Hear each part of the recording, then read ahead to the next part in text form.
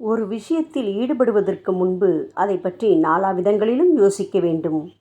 அப்படி செய்யாவிட்டால் உள்ளதும் கெடும். உனக்காக ஒரு கதையை கூறுகிறேன். வியாபாரத்தில் ஈடுபடுகின்ற ஒருவன் அதை பற்றி எந்த அறிவும் இல்லாமல் வியாபாரத்தை ஆரம்பித்தால் கஷ்டப்படுவது இயல்புதானே. பால் வியாபாரம் நல்ல லாபம் தரும் என விசாரித்து அறிந்தான் ஒருவன். வேளைக்கு 10 லிட்டர் கறக்கின்ற மாடு வாங்கினார். மாதத்திற்கு 600 லிட்டர் பால், 18,000 ரூபாய் வருமானம். 4 மாடுகளை வாங்கினால் 72,000 ரூபாய் கிடைக்கும் என கணக்கு போட்டான். ஒரு மாட்டுக்கு 1 லட்சம் ரூபாய் என்றாலும் 4 மாடுகளுக்கு 4 லட்சம் ரூபாய் தான் முதலீடு என முடிவு செய்து மாடுகளை வாங்கி வீட்டில் கட்டி வைத்தான்.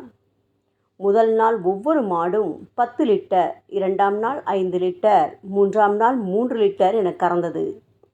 5ஆம் நாள் சுத்தமாக பாலும் இல்லை, மாடுகளும் உடல் வற்றி மெலிந்து விட்டன. இன்னும் 1 மாதம் போனால் மாடுகளே இருக்காது என்ற நிலை வரும் போல தெரிந்தது. மாடுகளை தனக்கு விற்றவன் ஏமாற்றி விட்டதாக புலம்ப ஆரம்பித்தான். ஏதோ தெய்வ குற்றமாக இருக்குமோ, யாரேனும் தன் வளர்ச்சி கண்டு பொறுக்காமல் மந்திர சூன்யம் வைத்திருப்பார்களோ என்றெல்லாம் யோசித்து பரிகாரம் தேடி பல இடங்களுக்கு ஓடினான்.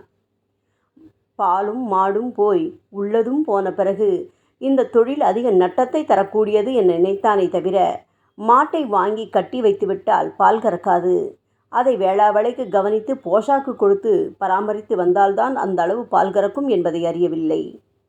பிரச்சனை செய்ய யாருமே இல்லாத போதும் பிறர் தன்னை கெடுத்து விட்டதாக நினைத்து கொள்ளும் பலர் இப்படிப்பட்ட நிலை உடையவர்களாக இருக்கிறார்கள். ஓம் சாய்ராம்.